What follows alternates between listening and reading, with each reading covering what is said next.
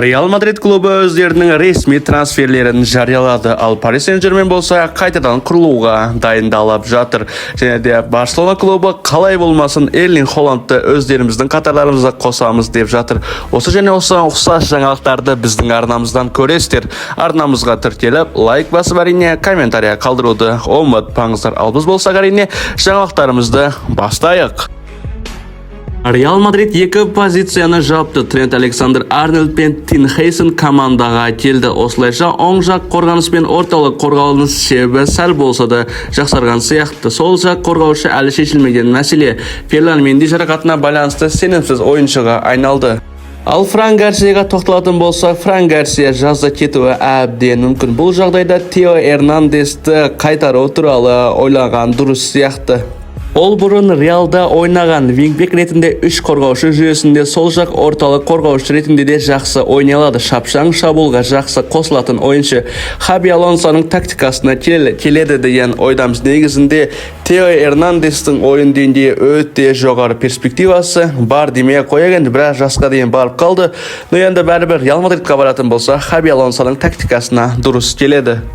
Тео Эрнандестің қазіргі уақытта Миланмен келісім шарты бар енді. Тео Эрнандесті Реал Мадрид клубы оңайлықша алмайтыны анық сияқты. Бірақ енді Хаби Алонсо шақыратын болса, Тео Эрнандестің өзі де барам дейтін болса, бәрібір енді Реалға ауысуы мүмкін. Реалға енді қайта оралады. Альваро Кареса деген қызық трансферде бар. Реал Мадрид оны Бенфикадан сатып алғысы келеді. Эл Национал басылымы бізге жеткізіп отыр. Жалпы бұл қорғаушы перспективасы бар. Жас ойыншы, бірақ енді Бенфикадан кетуге де қарсы емес. Реал Мадридқа барса, баға ашылып кетуі әбден мүмкін. Бенфика бұны 30 миллион евроға сатуға дайын. Реал Мадридте енді 30 миллион евроны беруге қиналмайтыны анық. Реал Мадридтің қазіргі уақыттағы қаржылық жағдайы керемет. Бірақ бір қиыншылық бар. Кареса өзі Реал Мадридқа барғысы келгенімен бара алмай қалуы әбден мүмкін. Қазіргі уақытта енді оған қызығып отқан клубтардың біразы жетерлік. Енді оны 18 миллион евроға сатып алуға дайын бір клуб бар. Ол әрине Манчестер Юнайтед клубы. Манчестер Юнайтед клубы құқылы 18 миллион евро сатып алуға. Реал Мадрид клубы екі қорғаушыны алуға мүдделі. Екі қорғаушыны алатын болса, неяқта Хейсонды өздерінің қатарларына ресми қосып алды. Реал Мадридтің қорғанысы өте мықты. Оң жақта тағы да бір топ ойыншы бар. Ол әрине Трент Александр-Арнольд. Осындай құраммен Реал Мадрид клубы енді Чемпиондар лигасын жеңіп алатыны анық. Реалға келесі маусымда сәттілік тілеп қалап жаңалықтарымызды жалғастыра берейік. Ансу Фати Барсадан кетеді. Фати жаттығуда өзін жақсы көрсеткенімен Ханси Флик оған ойын бермеген. Бұған наразы болған футболшы өзін жаман қырынан көрсетуді бастаған. Барселонадағы пентхуста түнгі кештер ұйымдастырып, көршілер тарапынан шағым алған. Кей күндері жаттығуда мас күйде немесе ұйқы қанбаған күйде келе бастапты. Өзің негізі құрамға іліге алмай жүрсің, бірақ арақ ішіп қуып жүрсің, не болады сонда? Лапорта үшін бұл соңғы тамшы болды. Енді клуб оны жазда сатуға шешім қабылдап жатыр. Фатидан құтылған дұрыс сияқты. Пау Викторды кетуі мүмкін. Бұл жас шабуылшы талантты, бірақ негізі құрамда ойнауы мүмкін емес. Шабуыл шебінде бәсекелестік өте жоғары. Барса оны жалға бергісі келеді, бірақ басқа клубтарға сатып жібергісі келмейді және болашағы бар ойыншы деп санауда. Ақса клубтар оны сатып алғысы келеді. Не сатып алу құқығымен жалға алғысы келеді. Оған қызығып отқан Байер, Бетис, Сельта, Мальорка клубтары негізінде жас ойыншы, талантты ойыншы, перспективасы бар ойыншы. Жалпы енді Барса 1-2 маусымға жалға беріп, өздерінің негізі құрам ойыншысы санағысы келеді. Команданың президенті Джоан Лапорта айтқан болатын. Біз енді Камп Ноуға ораламыз келесі маусымда. Енді біздің Камп Ноу үйіміз депті. Барса осы жаздан Камп Ноуға оралатын болады және Пау Виктор мен осы Ансу Фатиді ақшасын жинап, екеуін сатып жіберіп, келесі маусымға тағы да ақша жиналып, Эрлинг Холландты алғысы келеді. Осы маусымда сатып алу мүмкін емес, бірақ келесі маусымда алғысы келеді.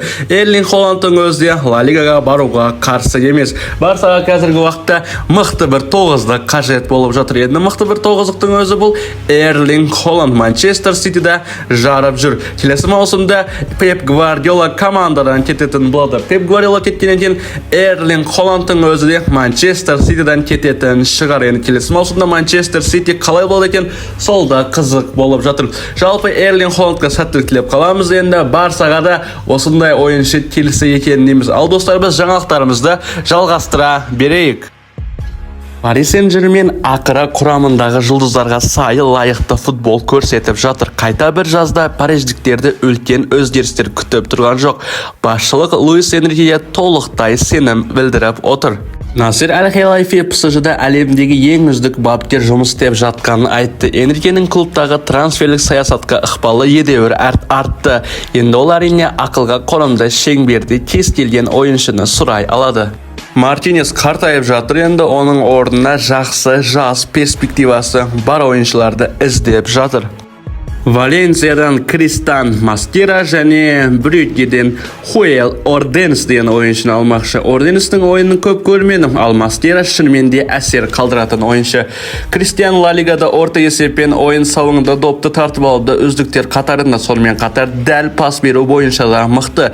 Жердегі жекпе-жекте жеңу пайызы бойынша ол Испания чемпионатындағы үздік 4-ке кіреді. Бірінші пасы керемет, физикалық күресте де өте сенімді ойнай алады.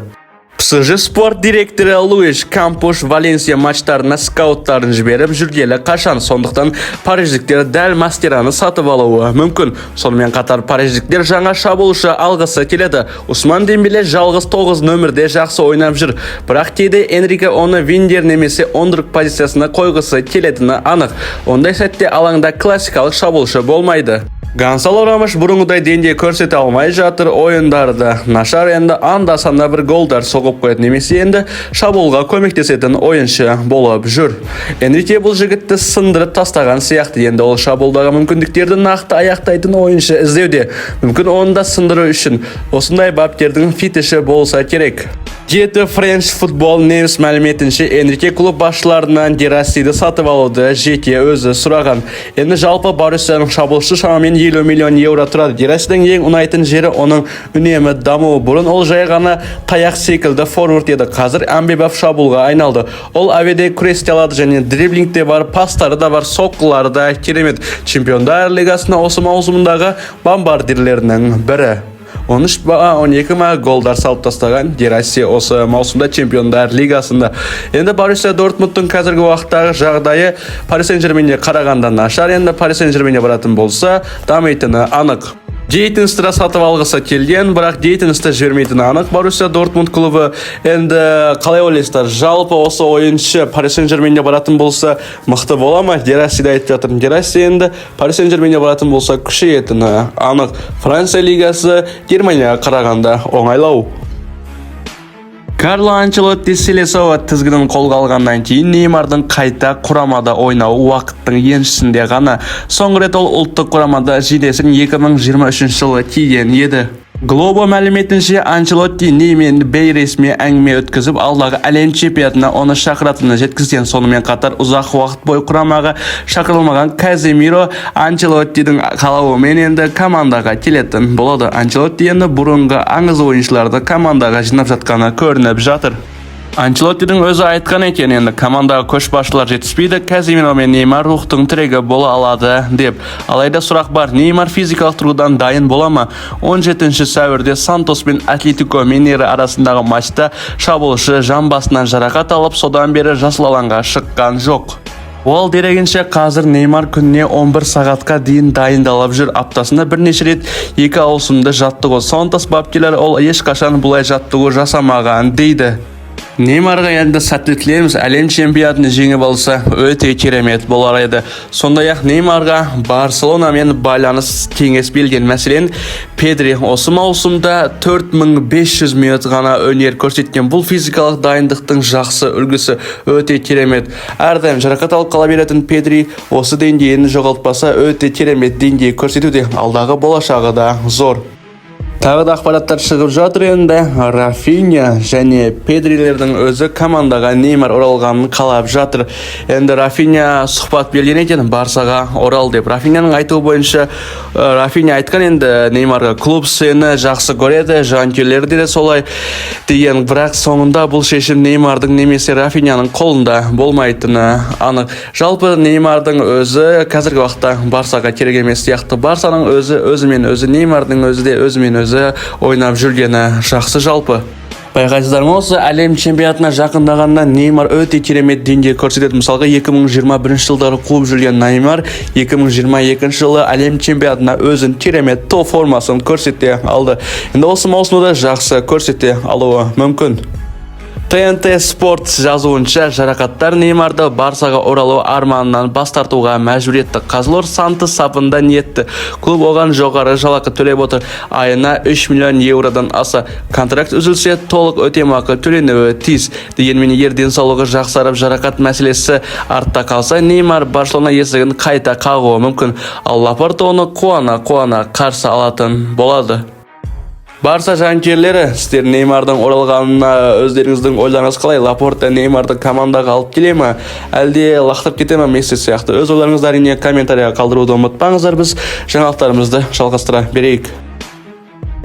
Алдыңғы видеода жасырған командамыз бұл Фейнорд командасы еді. Оны екі ғана оқырманымыз тапты. Бүгін командамыз міне назарларыңызда. Ол қай команда? Соны әрине комментарияда күтіп қаламын.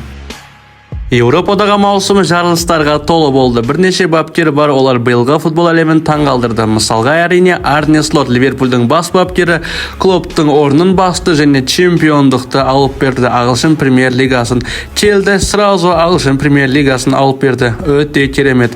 Ал Ханс Флик Барселонада нағыз төңкеріс жасады. Жаттығуда әдістерін түбегейлі өзгертіп, ойыншылардың физикалық жағдайын жақсартты. Енді Барсаға жарақатсыз маусымның шешуші кезеңіне мықты құраммен келіп отыр. Ойын құрылымы өз алдына бөлек әңгіме. Бұл Барселона ойынын көріп-ақ түсінесің, керемет деңгей.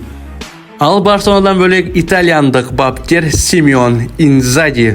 Симеон Инзагиге тоқталатын болса, Интер мен Скудетто мен Чемпиондар лигасына қатар алып келе жатыр. Луис Энрикеге тоқталатын болсақ, мына жақтан Луис Энрикеде Пари Сен-Жерменді күлкілі жобадан Еуропаның үздік командаларының біріне айналдырды. Философиясын толық жеткізе алды. Өте керемет. Бағаланбай қалғандардың арасында Андони Ирода, Борнмут, Сеск, Фабригас, Комо және де Лоран деген бапкер бар. Лоран Рессани, Старсбург және Клауди Хейранс де нағыз құрметке лайық.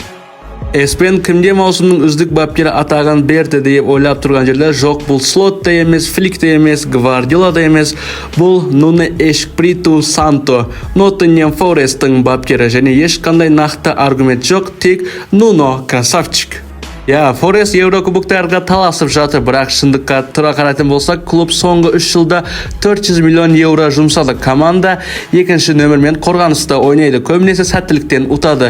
XG көрсеткіші бойында команда 2 есе артық ұпай жинап жүр. Ал дәл осы сәтте Селта секілді клубтар әлде қайда тартымды. Футболға шабыт беретінін көрініп тұрақ. Соңғы 4 жылда олар Ноттингемнен 10 есе аз қаржы жұмсағанына қарамастан жақсы көрсетіп жүр. Қысқасы, ESPN-нің бұл таңдауы өте күмәнді деп айта аламыз. Егер маусым бапкер ретінде Слотты, Фликті немесе Энрикені таңдаса, ешкім қарсы уәж айтпас еді. Бірақ енді Нуноға сәттілік, енді құтты болсын марапаты. Ал достар, біздің жаңалығымыз осы енді. Арнамызға тіркелейік, лайк басайық, қолдайық. Енді бір-бірімізді қолдап отырсақ, каналда дамиды, сіздерлі футбол ақпараттарын жеткізіп отырасыздар. Әр лайк маған шабыт сыйлайды.